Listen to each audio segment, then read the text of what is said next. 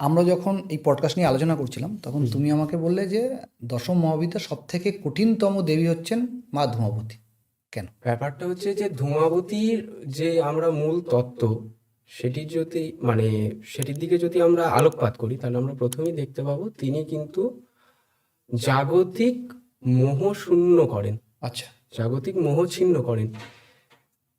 এই প্রসঙ্গে একটি কথা বলে রাখা ভালো যে ধূমাবতী এমনও কিছু রূপ আছে যেগুলো কিন্তু গুপ্ত রূপ, যেগুলো ধন সম্পদ আদিও দান করে, আচ্ছা, তবে সেগুলোর বহুল অর্থে প্রচলন বাংলায় নেই। ওকে, কঠিনতম প্রসঙ্গটা যেহেতু এলো সেই প্রসঙ্গে বলে রাখি যে ধূমাবতীর যে মূল তত্ত্ব সেটি কিন্তু শূন্য, নিঃসঙ্গময়, বৈরাগ্যময় এবং জ্ঞানপ্রদায়িনী।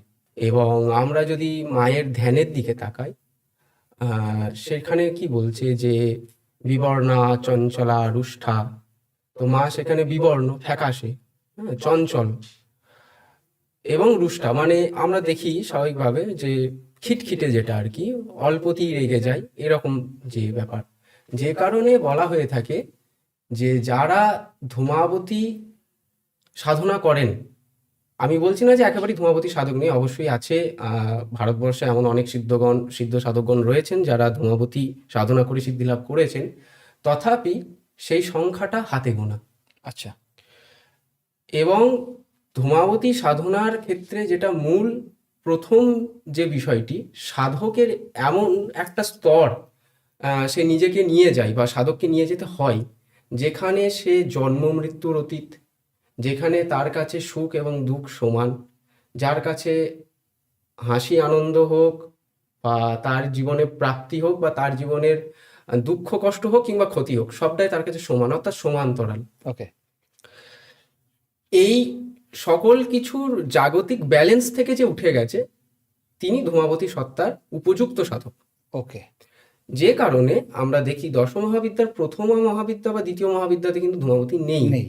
তার কারণ হচ্ছে যে প্রথমেই যদি কেউ ধূমাবতীকে প্রাপ্ত করে তাহলে হয়তোবা জীবের পক্ষে বা একজন সাধারণ মানুষের পক্ষে তাকে সামলানোটা কঠিন। ওকে, যে কারণে ওই যে আমি আগের পডকাস্টে একবার বলেছিলাম যে স্টেপ বাই স্টেপ কালী থেকে শুরু করতে হয়, তারপরে যা পরপর আছে, ষোড়শী, ভুবনেশ্বরী, এরপরে সপ্তমে গিয়ে ধূমাবতী, অর্থাৎ সপ্তম দেবী ধূমাবতী। তুমি বলে মা ধূমাবতীর কিছু গুপ্ত রূপ আছে যেগুলো মানুষের সামনে আসেনি, সেই গুপ্ত রূপগুলো কি? ব্যাপারটা হচ্ছে যে কিছু গুপ্ত রূপ গুপ্ত রাখাই ভালো। তার কারণ হচ্ছে যে পূর্বতন যারা আচার্যরা ছিলেন বা গুরুবর্গরা ছিলেন তারা কিছু বুঝেছিলেন বলেই গুপ্ত করেছেন। তার সেই রূপগুলোর প্রসঙ্গে বেশি কিছু বলতে চাই না, তবে এমন কিছু রূপ আমরা দেখতে পাই যেমন কাকচণ্ডেশ্বরী বা কাকমুখী, যেগুলো আপাত দৃষ্টিতে বা লৌকিক দৃষ্টিতে অতীব অতীব ভয়ঙ্কর। আচ্ছা, এবং তার সাধন প্রসঙ্গে আমি আসতে না আসাটাই ভালো। তো যাই হোক, তো সেখানে আমরা দেখি এমনও মায়ের, যদি কাকমুখীর ক্ষেত্রে বলি, তার মুখটা কাকের মতো, তার পরনে বস্ত্র হিসেবে ব্যাঘ্র চর্মা তিনি পরে আছেন, এক হাতে রয়েছে কুলো, এক হাতে মুষল, এক হাতে রয়েছে সর্প ঝাঁটা, আর এক হাতে রয়েছে প্রলয়ের আগুন। অর্থাৎ ধূমাবতী সত্তাটাই ঠিক এরকম যে যেখানে সবকিছু শেষ হয় সেখান থেকে ধূম্রতত্ত্ব, যেখানে একটা জায়গায় ধোঁয়া জ্বলছে, উৎপন্ন হচ্ছে, আগে আগুন জ্বলেছে সেখানে কোনো একটি বস্তু ছিল, এটাই তো প্রমাণ করে।